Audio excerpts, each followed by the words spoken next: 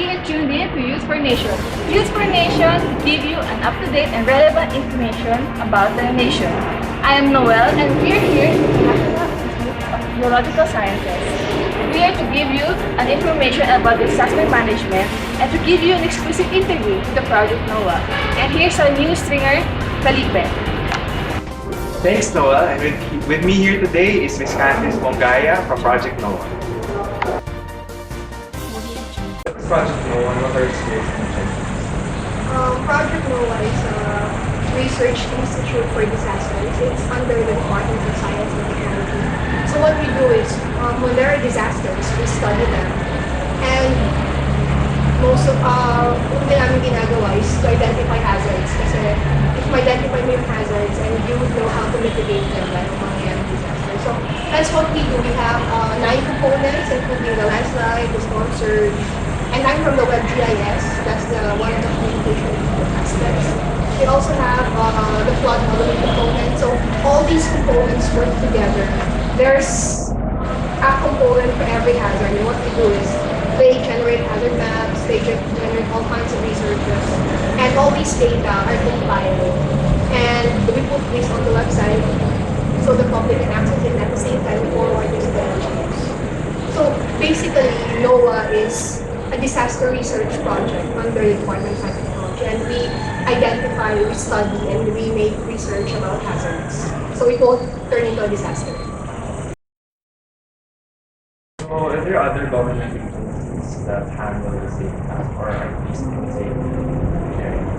Handle the same task, meaning About disasters? oh, there's a lot of agencies who's working with disasters because when you say disaster, there's a pre-disaster preparedness mitigation. So that's where we are for the preparation and the mitigation of disasters. And there's also agencies which respond to kinds of disasters like the Office of Civil Defense, then the RAC, DPWH, lots of agencies. And then after that, the post-disaster, may concern though is the Department of DSW. And also NOAA, after we do post-assessment of these disasters. Actually, this is almost all the agencies na kasama sa NRMC na RA 9021 under yun na agency. In the context of the recent disasters that we have, can say that the response of the government agencies, especially with regards to disasters, is getting better compared to what we used to have 5 years ago, 10 years ago. Because there are more disasters that's happening, and these are, it might not be good to hear this, but from the disasters that we have, it's also like some sort of exercise, or every event is a test on the threshold or the capability of our agencies. And as far as we're concerned, the more agencies the more disasters that's happening in our country right now,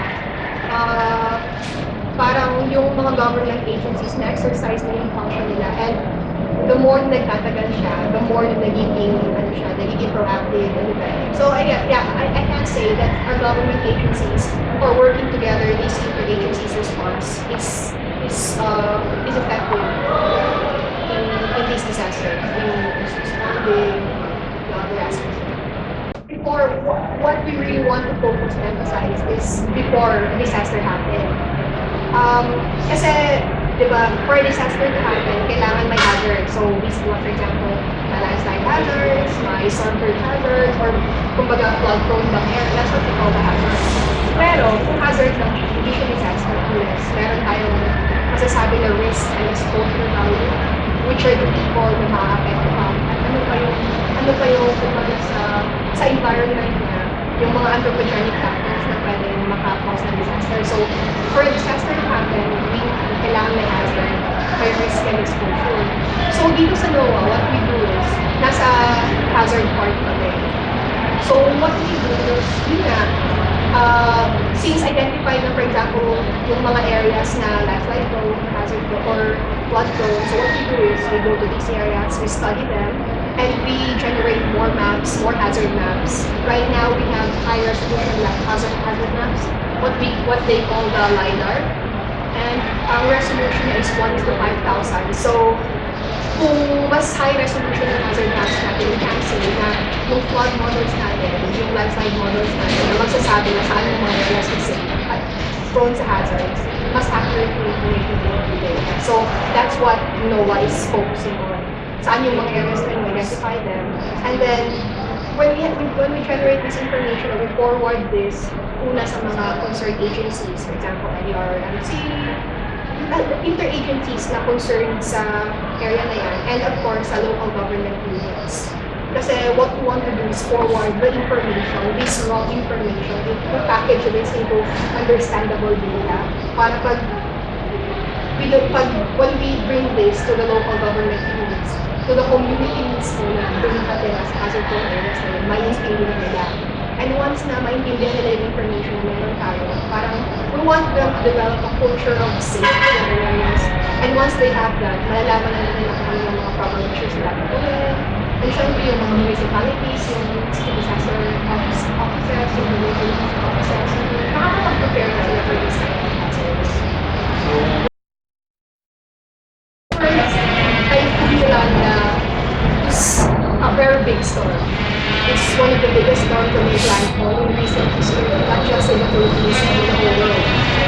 Sobrang laki niya. And kahit, let's say, European countries na they're prepared for these types of hazards, kahit sila naging vulnerable, ano pa kaya tayo? We're Pilipinas, which is wala tayo.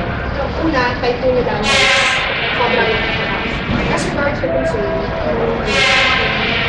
kung tsunami na siya or storm surge na siya, from a scientific perspective, it's not just a matter of semantics. Type na tsunami para lang makinig ng mga tao, para magiging mag-alarm na take note sila and they will prepare for it. Pero pag sinabi natin tsunami, it's like saying a dog is coming, as a matter of fact, it's a bear. Parang ganon. So, kailangan din kasi for us to teach people, to raise awareness, and parang to inculcate a culture of safety and awareness. With regard to disasters, kailangan din yung pinagsasabi natin Kasi pag sinabi natin tsunami, tapos hindi siya tsunami, and it wasn't a tsunami, it's a storm surge, and sobrang laki ng difference. Yung magiging erroneous magiging erroneous yung magbibigay natin ng Kasi, for example, what we do here, our boss, Dr. Morgan, he has a show every Sunday where he talks about all these disasters and anong magagawa for with some media sila. And isa pa, we also write articles, personally, specifically for media. And thank you naman, the media is very friendly to us and they publish these articles. Also, we have blog, yung project na one blog.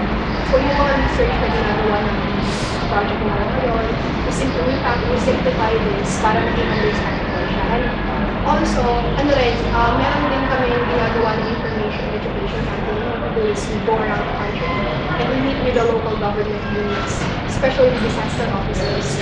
And we talk to them, we orient them about Project NOAA, what NOAA does, ano yung sabihin ng mga information na meron kami. For example, these hazard maps, and paano nila ma-interpret yun, and paano nila magagamit sa community. So, aside from communicating with the major channels like the media and online, yun yung parang primary means to communicate this information.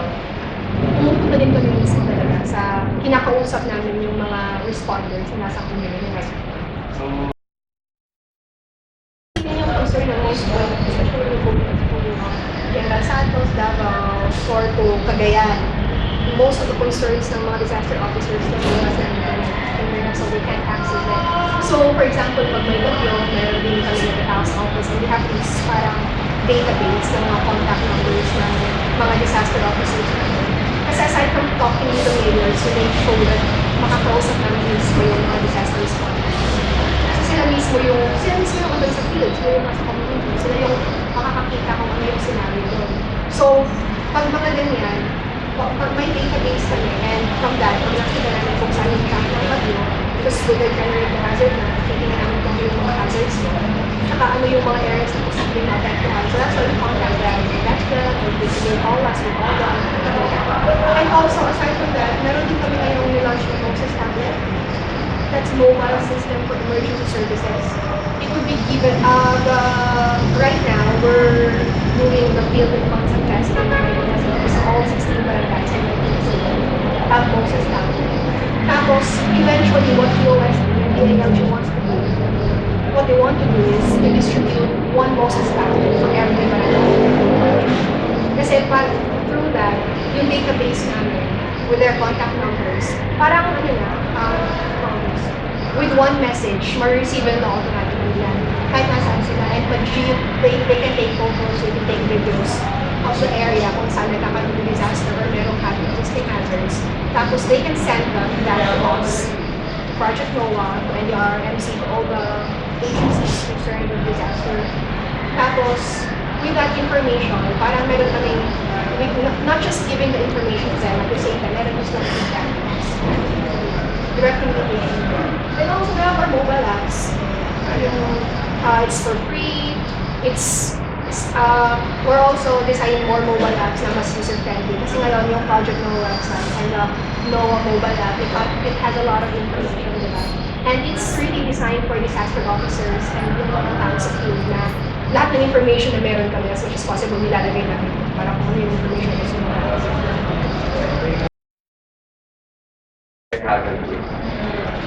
Yun din yung isa sa mga points ko na gusto natin i-incorporate sa community na of course everybody has heard this on the methods of the campus in the world.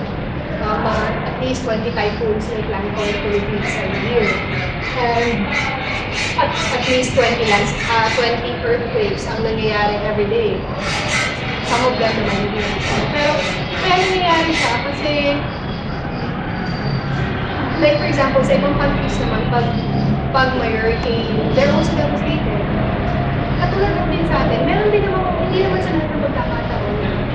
For example, meron tayong disaster, ay ganun lang kalaki yung extent. But unfortunately, in the Philippines, ganun lang talaga kalaki yung extent ng hazard.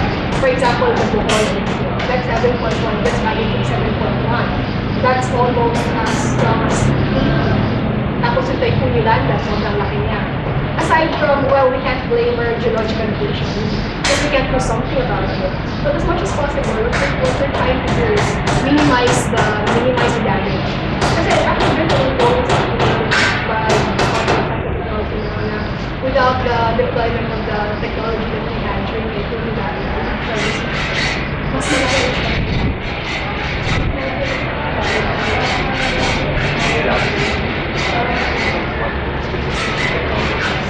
like for example, we made short performing, doing generator models, then yung mga hazard maps natin. Lahat ng information meron kami 4 days before the last of the life kung gusto mo namin sa models with the communities. Actually, kaya lang ang Tacloban, we also forward the information ng Tacloban, pero malaki ko rin yung sponsorship kasi demand malapit ng Madrid. But other areas, for example, sa Palawan, though devastated din siya, in Cebu, it's not that big kasi na-evacuate yung mga tao. Yung sa Camotes, yung Cebu, walang zero factor sila kasi they had the information and they utilized it. Kasi isa din yung mga factor na, isa din sa mga factor na we had all this information, pero gusto natin na gamitin siya ng maayos ng energy. And hindi naman lahat ng energy ay proactive na so that is also a problem. That's what we're trying to manage with all our needs. Thank you for your time. No, there are other questions? Yeah,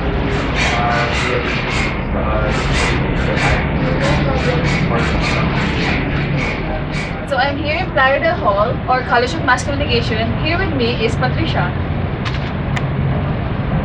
And we're going to have an exclusive interview with the Philippine Daily Inquirer reporter, Mr. Dexter Cabalza, and a part of the Tinik ng Plaridel publication of the College of Mass Communication, Mr. Brian S. Cacaimil. Basically, media only reports what those who have knowledge talaga tungkol sa weather sa storm. So sa atin, meron tayo ang sources ng media natin via the Pag-asa, Philippine Atmospheric Services Administration. Tapos meron din tayo sa during the parang Usulan, nandiyan yung NDRRMC at saka yung DNP ay out sa kanila. Tapos yun, siyempre nire-report lang naman niya. November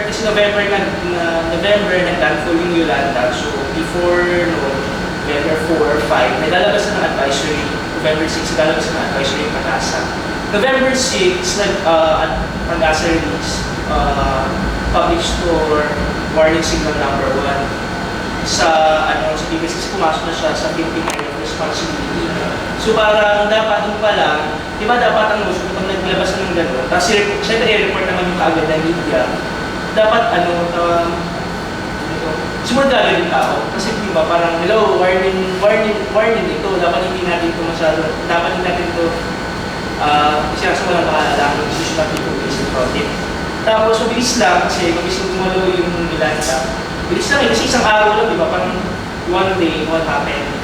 And then, by night, parang signal number 4 na, so medyo nagkakagulo yung mga tao. Pero, yung mga local government units naman ay nakapag-prepare na dapat doon. Kasi nga dapat, connected naman sila, di ba? Pag-asa is part of the government, tapos dapat nanilig na rin sa kanila.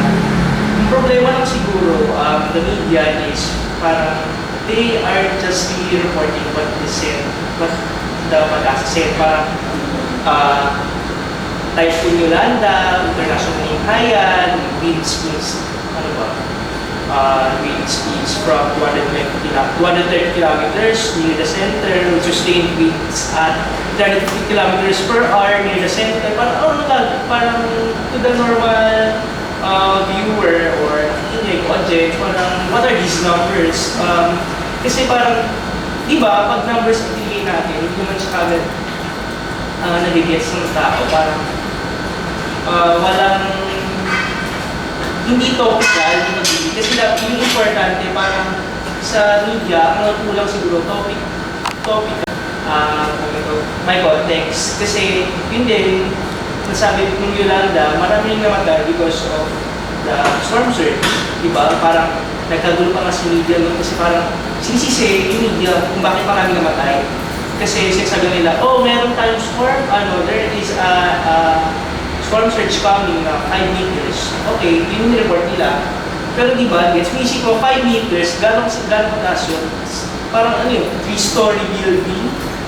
Mataas yun, pero hindi siya yung masyadong nalala ng viewers kasi storm surge lang pala, normal naman yan eh. Pero kung diba sinasabi, what if tsunami yung sinabi?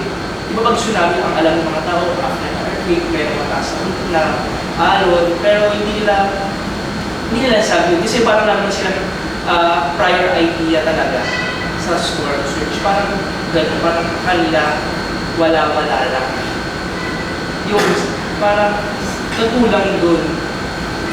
Ang sabi naman doon, parang dapat yung media din, kasi di ba hindi naman lang tayo umaasa sa national media, meron din naman mga local media na parang mas alam nila kung ano yung parang tawag doon. Kasi yung pala, parang sabi nito sa mga talks ng Pag-asa ng taga-US, may iba't iba lang palang tawag doon sa storm surge na yan. Hindi ko na maalala ko ano. Pero may iba't ibang tawag. Kung yun lang sabi nila, kaya sinabi na tsunami na baka sakaling medyo natakot yung mga tao. Parang natakot para mag-prepare. Hindi naman natakot na para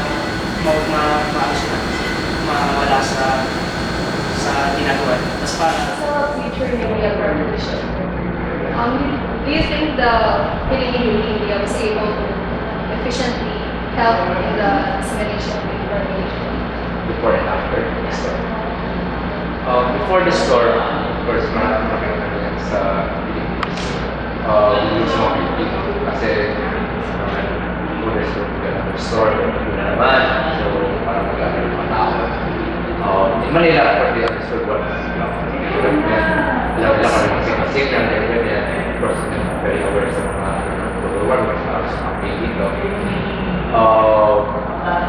Ang problem kasi yung hindi nila disseminate yung information in such a way na mas makakomprehensya ng mga tao. In Eastern Visayas, in their language, they have different terms regarding the signal of the storms, the direction of the storm, of the wind. Of course, they have a term for storm surge. These were not used by mainstream media in that area, so they did not comprehend, they did not understand what media was trying to deliver to them. Other than that, with regards to the coverage during the storm itself, I think that the issue was the tragedy was very sensationalized. Why? Because, for example,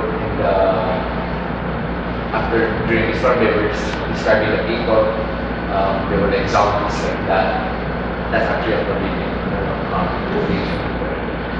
They were saying that bodies are 90% clear, and then something like that. Then the media corporations, the channels like that, ESPN, B5, they place their reporters in very dangerous situations.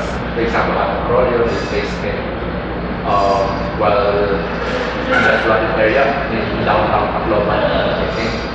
And there was a reporter of TV5 died because he or she was placed near the shore when the storm surge happened.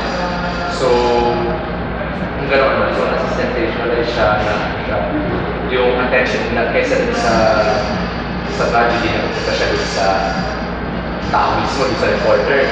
Also, unethical yun. Why? Kasi una, first concern lagi sa media is safety.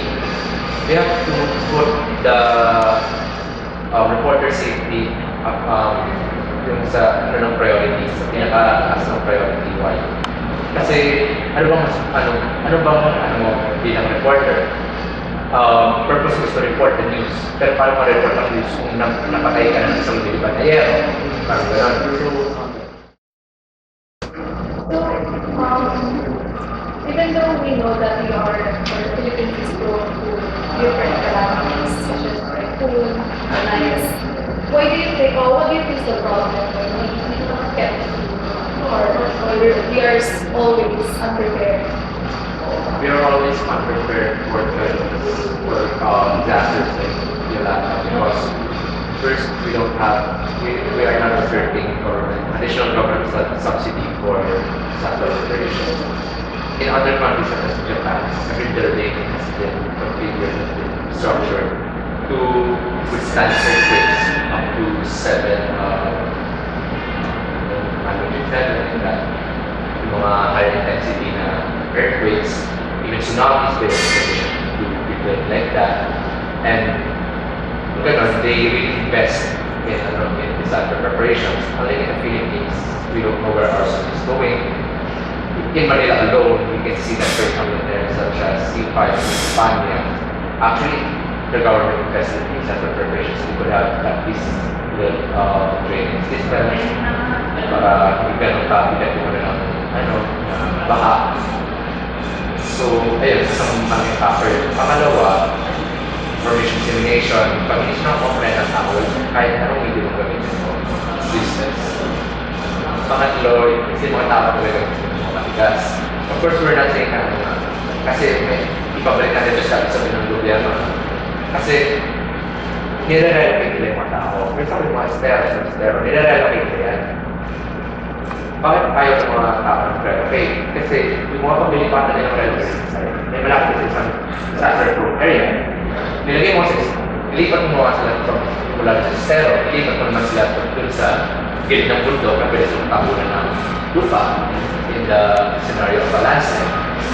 So, mga ganun Tapos, meron talaga mga tao rin talaga na permanently sila ng station. Alam, for example, alam nila na center yun ng last vulkan, ay sila umalis. Why? They fear that mananakawan sila. If they leave their house, robbers will just step in and rob them. The robbers are not concerned about the tragedy. They're more concerned about taking the loot tonight. So, mga ganun, mga ganun cases. So, last question. What do you think should the public do in order to help the government or the media in the preparation for these kinds of calamities? The public should, we should assert for bigger government subsidy for disaster preparations. I cannot emphasize this enough kasi talagang nakipagpulang siya. Pangalawa, uso naman ngayon ang citizen journalism. So, meron kasi mga times na hindi nagpapasa, of course nagkaano yung mga signals, di ba? Pero at least ano natin yung paano nangyari yung store, paano siya, ano yung mga nangyari, pamabay ng mga tao pala, ganyan, pwede nila i-report yun. In case na walang signal, pwede nila i-save yung data na yun. Kasi, for example, in an area, yan, yung pagkulang ng signal, pagkulang ng kuryente. Tapos meron pa ng mga tao na, nabibilang naman nila ako ng tao yung tinatangay ng alon. Pwede lang get yung data na yun, saan yung direction ng current, saan yung ganyan. Tapos pwede nilang ano yun sa media, i-convey nila sa media. Then the media could report that to the public. Then search efforts could be made easier. So, tapos, preparation din. Hindi ko nirecommend sa public na mag-panic. Ano yan? Ano yan? Mga Filipinos. Very, ano yan sa mga Filipinos. Nakakaano siya, kasi nagkakaroon ka ng assumption starts to be after the storm, which is hindi naman lagi nangyayari. Baka mamaya, panic ka, pero sa Maynila ka, pero yung pag-iwan ko sa Visayas. May mga ganun tao, lalo na yung sa Tuloy. Pero, mga ganun, ang ano lang natin is, i-prioritize natin ang officers sa government na mag-prepare, mag-provide ng enough basic necessities, pagkain, ganyan. Kasi kung na-stop naman yun, kung nagawa nila, na-stop nila ng ayos, well, hindi na nila kailangan sort of panic buy. Hindi sila nagkakaroon ng problema sa board, sa mga economic. Yung mga minor problems sa economic problem. Kasi nakaka-alma yun. Information from the interviews with Prophet Noah and other media practitioners. So we discovered that there's a problem with availability of information because most of them are online and not all people have access to internet. So the broadcast was in code, the terms they use, so that people will understand and people will able to prepare themselves for the future calamities. So that's it. Thank you everyone. Be safe. This is Noel, your host, Youth for Nation, bringing you the up-to-date and relevant information about the nation.